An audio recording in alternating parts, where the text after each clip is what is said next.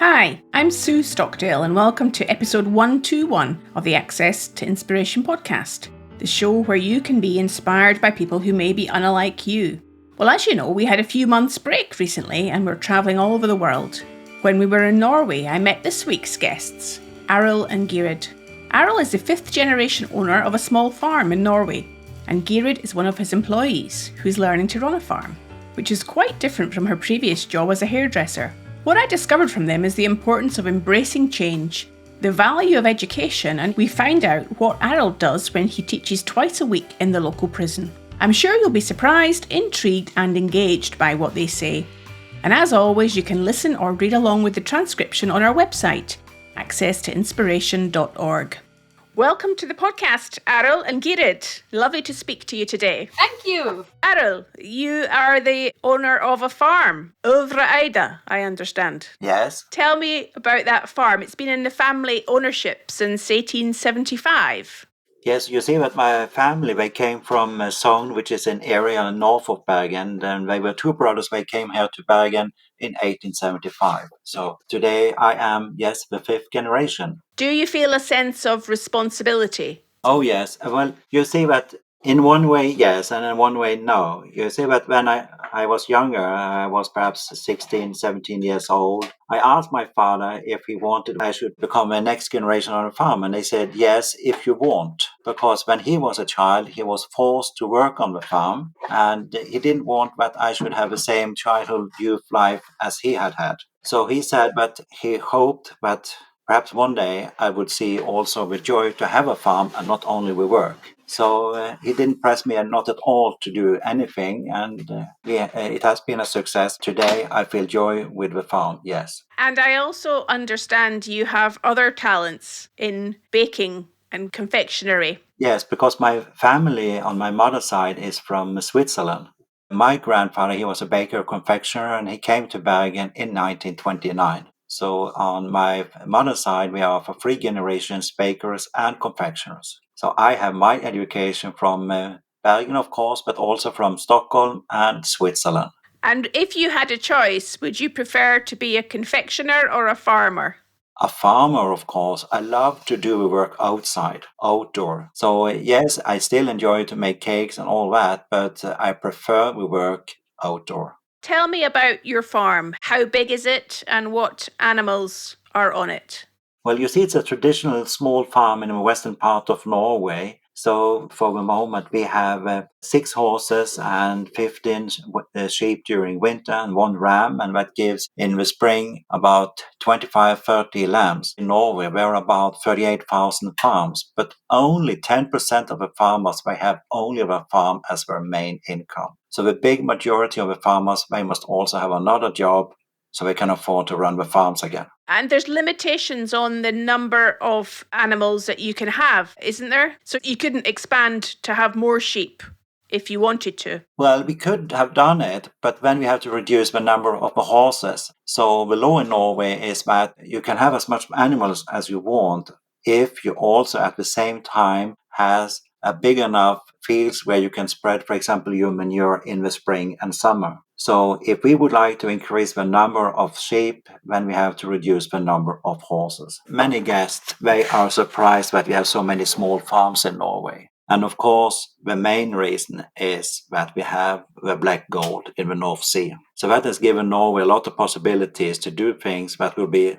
difficult in some other countries. So therefore, when you are cruising in Norway, you will see farms absolutely everywhere. You saw even farms up in Tromsø and Alt. And of course, if we were thinking about climate and economy, then of course there should not be any farms up in the north of Norway. But we have a black gold and we found it in 1969. And if you go to our parliament in Oslo, Stortinget, and it doesn't matter which party you go to, from the left to the right, they are all agreed about one thing, that they want to have farms absolutely everywhere in Norway. And if you would like to have it like this, then of course you must use some of the black gold from the North Sea. So I think this is very important to tell people visiting Norway, so then they can better understand why we have small farms absolutely everywhere in Norway. If you go to Sweden, it's just the opposite. In the north of Sweden, we have nearly nothing left. They don't have a black gold. They don't have the same possibility as Norway. And we in Norway, we should be more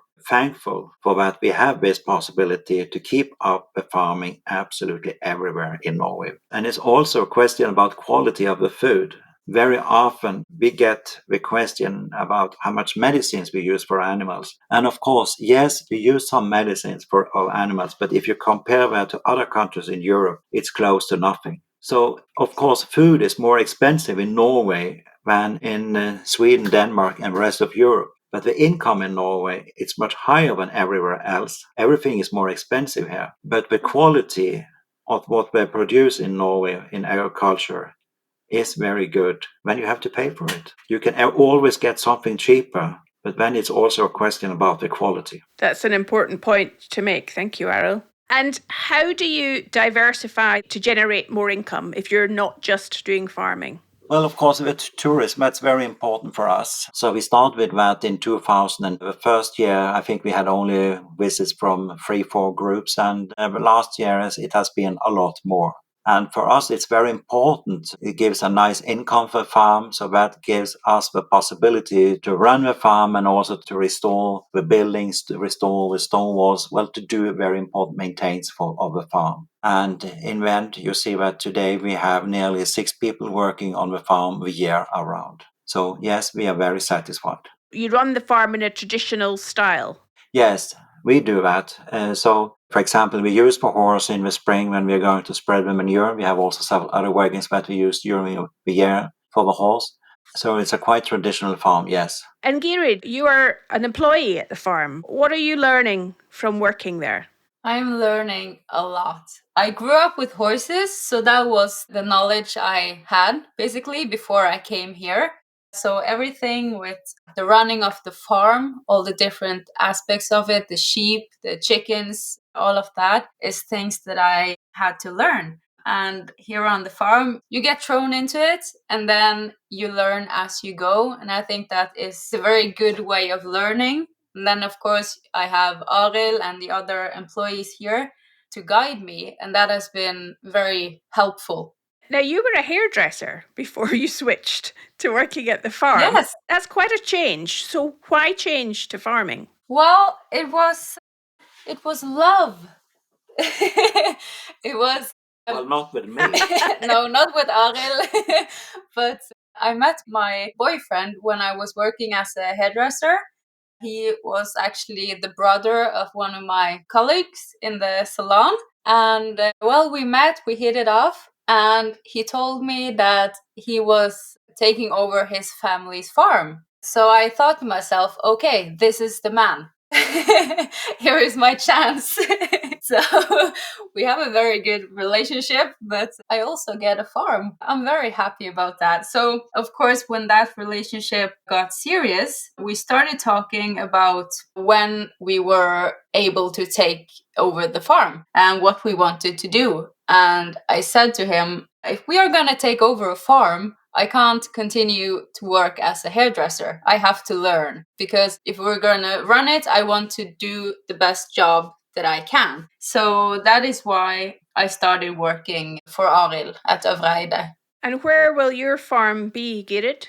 It's in Sogn. It's about 2.5 hours from Bergen, where we're currently at. So I can still come home to Øvre-Eide whenever I want to visit and come and say hello. And will it be the same type of farm, the same sort of size as Øvre-Eide? It's a little bit bigger, but it's mostly woods and also a mountain, a big mountain. The farmland in itself is not much bigger than here at this farm, but it's much more like out in the countryside, far away from big cities. So, of course, some of the things that we do here on the farm I can take with me, and some of the things I have to do a little bit differently. And will you have to also diversify to generate income for the farm that you'll be running? Yeah, if we want to live off of the farm, we have to diversify. Of course, we could have done what my boyfriend's grandmother did. She had 100 sheep and she had some horses, but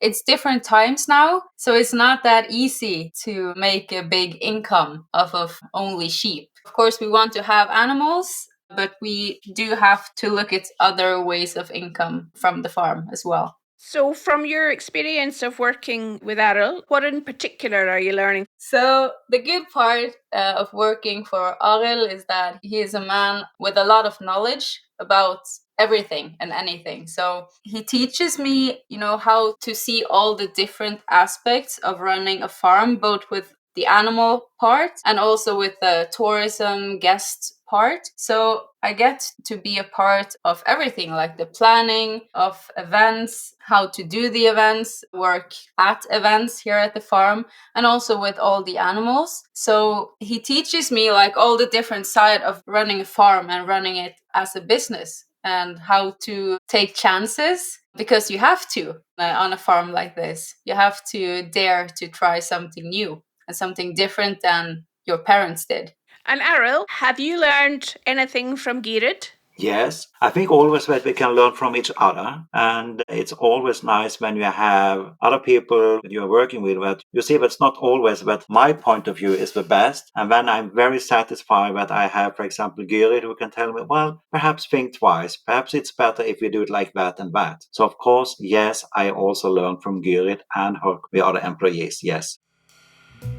And if you're enjoying learning about Øvre-Eide farm, then I suggest you also listen to episode 26 of the podcast, where I met Jonathan Cook, who is living the dream as a dairy farmer in Wiltshire in England.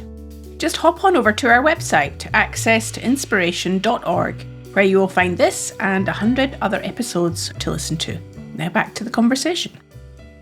I know that education is quite important to you, Arild, because twice a week you work at Bergen prison. What do you teach there? Well, I teach inmates who would like to learn more about cooking, especially how to make bread and cakes. So in the class, I have from 2 to 8 students every day. And they're always very keen on to learn more about cooking because, you see, perhaps they don't know so much when they come to the prison, but it's very nice for them. But perhaps later, when they're coming out in the society again, perhaps we can make a cake, we can make a bread for the family, for the children. So it's very popular to participate in these courses. Yes, absolutely.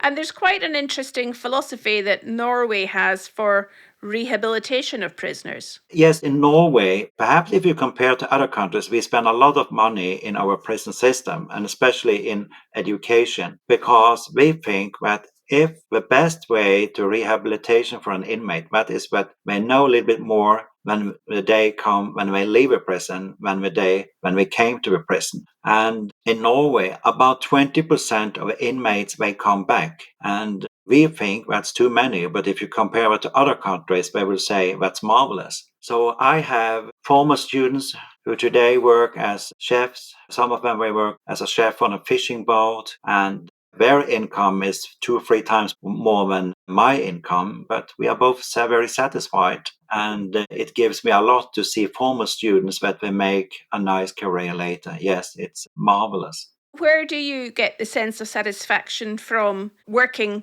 twice a week in the prison? What do you hope is that impact? Well, it is that you give people hope. In this prison, we have people who are only for 60 days, but we can also be there for 5 years. But to give them the hope that if you pass some education, you will have a better chance to get an ordinary life out there in the society. To work with people who would like to really to do something, it gives me a lot. It gives me a lot. And you see, for example, now we have been 3 days skiing with some of my inmates. We have been at Myrkdal, and that is just between Bergen and Flom in Sogn. And you see that the inmates, they have been working for this tour. We have in the prison, we have something that we call student-run business. So the inmates, they have produced cakes for sale, and for the Christmas 23, we sold cakes for about 12,000 euros. And of course, we had a nice profit, and we have used the profit to go skiing. So we were 3 inmates, 1 guard and me. We went to a nice hotel, stayed there for 3 days skiing, wonderful weather, and everyone was so happy. And I'm assuming that they went back to prison afterwards. Of course, of course, we want to learn more. That sounds like quite a feat to take your prisoners and the guard and yourself to go off skiing. Yes, but you see, also for Christmas, we do another thing. For Christmas, we have a tradition that we invite all the inmates who are going at school in the prison. They come to our farm for have a Christmas dinner. So last Christmas, well, my students, they prepare the dinner, and we had 60 inmates, 3-4 guards in the barn, and we serve them Christmas food. And of course, that's also very popular. Wow, that sounds amazing. It sounds like there's lots of ways that you're educating and inspiring these people in prison, I'm thinking. Yes, but you see, it sometimes you feel a little bit sorry because in the summer or in spring and the summer, you meet an inmate that you have had some years ago, and the first question they ask me is, "Are we going to have a Christmas dinner at your farm in December?" And yes, we are going to do it. But then you see that this Christmas dinner is very, very important for them. And I think it's important for every people. Most of us, we love to go out with some friends, perhaps family, to have a Christmas dinner somewhere. Perhaps you go to a restaurant or you go to visit someone else. And it's also important if you are in a prison that you can tell someone else, yes, we had also a Christmas dinner. We went to a farm. We had a really nice time. We were 60 people, 60 guests in a barn, and Christmas dinner, Christmas songs. So it gives them the hope for a better future.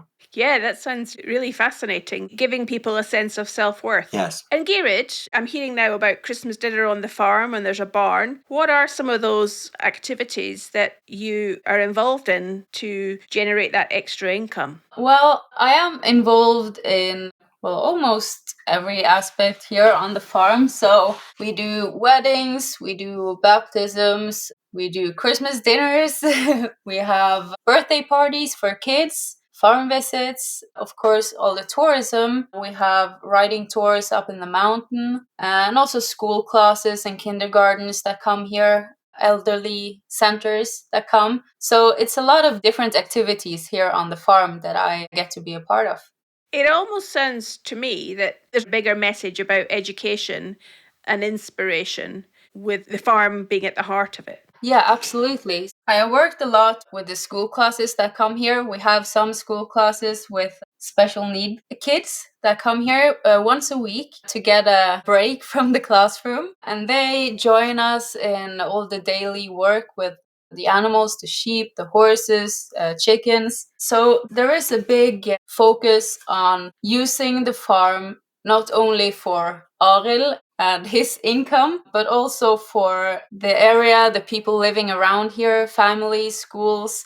Arild always says that he wants to share his farm. He don't want to have it just for himself. He wanted to share it and to build something here that a lot of people could have use for in any way they needed it for. So it has a sense of community. Yeah, absolutely. And I think also that's very important for young students, for young kids. But perhaps you have problems at school to understand the theory, but through practical work, perhaps you can understand it easier later. So doing things, not just learning things from a book. There's the use of one's hands and being practical. Yes, learning through practical work. Which is, I imagine, the same as what you're teaching in prison. Yes. So you see, for example, in the prison, what we also another thing we do there is that, well, we are in the class, as I mentioned, from 2 to 8 students. From May 23, we have made all the bread for the prison every day, and 90 inmates, guards, administration, so it's total 120 people. And you see that the inmates, they get early up in the morning preparing the bread, and so therefore we have fresh bread 7 days a week. And for Christmas and Easter, we make all the sweets, and of course, to make sweets, cakes for 10 people, that's one thing, but to make cakes and desserts for 120, that's something totally different. And of course, when you have done that, you have learned a lot, you get a nice experience. So that's why I can ask restaurants in Bergen if I can open the door for one of the inmates so they can learn more about cooking and, for example, in the end, pass the exam to become a chef or a baker. So you're really helping them to continue to be educated in different ways. Yes, we try to do our best. What gives you greatest satisfaction out of all the activities that you do, Arild? Well, I am very happy when we can share our farm with other people, when they show interest in what we are doing, when we can have nice talks We can tell about Norway, and you will always see that in every country there are positive and negative sides of living. But in the end, we can always learn from each other. To see that gives me a lot of satisfaction, yes. And given that farming these days may not be top of the list for young people to have as a career choice, to both of you, how do you think a life in farming can be made appealing and interesting for those who might want to think about it as a career option? Well, I think that is very important. If you want to have a next generation on the farm, of course you must tell about the work, but you must also remember to tell about all the joy that the works give you. And many farmers in Norway may continue to do exactly the same as their father, their grandfather did. But like the situation is in Norway and Europe now, I think that you have to open your eyes and try to look for other possibilities. So therefore, I have a big hope for the future for the Norwegian farming, but you must try to do something else. You cannot continue on the same track as, for example, your father and grandfather has done. If you are positive to try something else, then it's hope for you. If not, well, then life can be a little bit too difficult. And what do you think, Gyrid? Well, I do agree with the more traditional farming is that will be hard work. And of course, here in the western parts of Norway with the small farms, the traditional farming is probably not on the top of the list for young people. But we see with my generation, I just turned 30, I see a lot of people my age and younger wanting to buy a farm. They want to go into farming, but not in the traditional way. They want to diversify, they want to do something, of course, the farming bit, but they don't want to just have the milk cows or just the sheep. They want to do things a little bit different. And I think it's good. We can't be stuck in the same system and expect growth. So I think it's very good that the younger generations, they want to come into farming and probably do it a little bit different. I think that's a good thing. So I'm getting a sense of a little bit of risk-taking, being entrepreneurial, new ideas. Arild, are you the one that comes up with all the ideas? I will not take responsibility for every idea what we have here, but many of them. And sometimes my colleague says, "Well, that was not the best you have said the last days, but let us try something else." But again, if you're going to have success, it's very important that you have a team. And a success for a team, that is when you talk with each other and when you manage to find the best offers to give to guests. But of course, I have my experience from Norway and I have also my experience from Switzerland. And I think that's very important because why I started to have guests on the farm, well, that was because I've been living twice in Switzerland. And in Switzerland, it has been for generations a tradition that, for example, if you are on a Sunday, you went to a farm to go for have your dinner, or for example to go to buy for your milk or cheese, whatever. In Norway, we have only had this for the last, I will say, perhaps 15, 20 years. So when I came back to Norway and it was my time to run the farm, I realized that to continue on the same track as my father has done, that would be impossible. I had to try to do something else. So that's why I started to open the farm for guests. And I have never regret that decision. So there's something about getting out of your own world into another environment, whether it's Switzerland for you, Arild, whether it's another farm for you, Gyrid, and out of the world of hairdressing, to be able to take some new perspectives to learn seems to be something that's important for sustainability into the future. Absolutely, I do agree.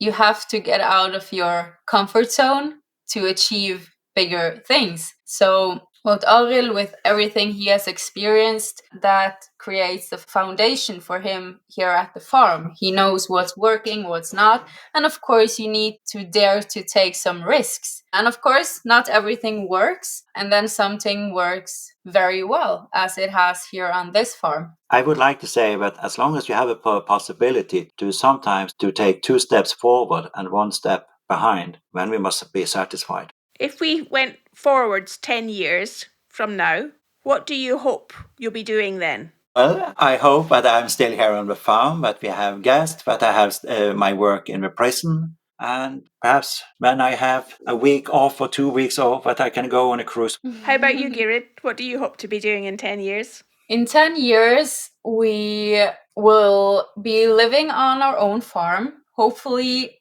doing a little business out of it, get it up and running. Then my kids will be all grown up. They would have moved out in 10 years, hopefully. So that opens up a lot of free time as well. So then I have a lot of time to use on the farm and for new projects and everything. So I'm looking forward to the next 10 years. And we hope that Gyrid, when she has time, that will do some part-time working for us when she is in Bergen. Yes, I do need to have a job besides running the farm, Arild. Yeah. I have one more question. What would be your piece of advice you would give to somebody to encourage them to step out of their comfort zone and to take a risk? Well, what's the worst thing that can happen? But I think that if you really want to achieve something, if you really want to do something, if it's possible, you should try it, you should go for it, because otherwise you're gonna sit at the elderly center when you're 90 and you're gonna regret all the things that you didn't do. And I have to do a little pep talk to myself also all the time to be like, okay, Gyrid, you can do this. And if it fails, it's okay, then we'll try something else. I think people think that it's dangerous to do something that you don't know the outcome of. But the worst thing that can happen is that you're back to the situation you are in now. But that's the only thing you can do. You have to try, you have to go for it if it's something that you really want to achieve. And Arild? I would say, yes, please do it. Because you know the famous song from France, Je ne regrette rien. I will say that to regret when you are getting old, why didn't I do that and that? That's too late. And so therefore my advice is do it. And of course, before you make the final decision if you're going to do that and that, of course you have to do some research, but try and do the best out of it. Well, thank you so much for your time today and sharing your insights with our listeners so that we can learn a little bit more about Norway and farming and being enterprising. Well, thank you so much for having us. Thank you very much.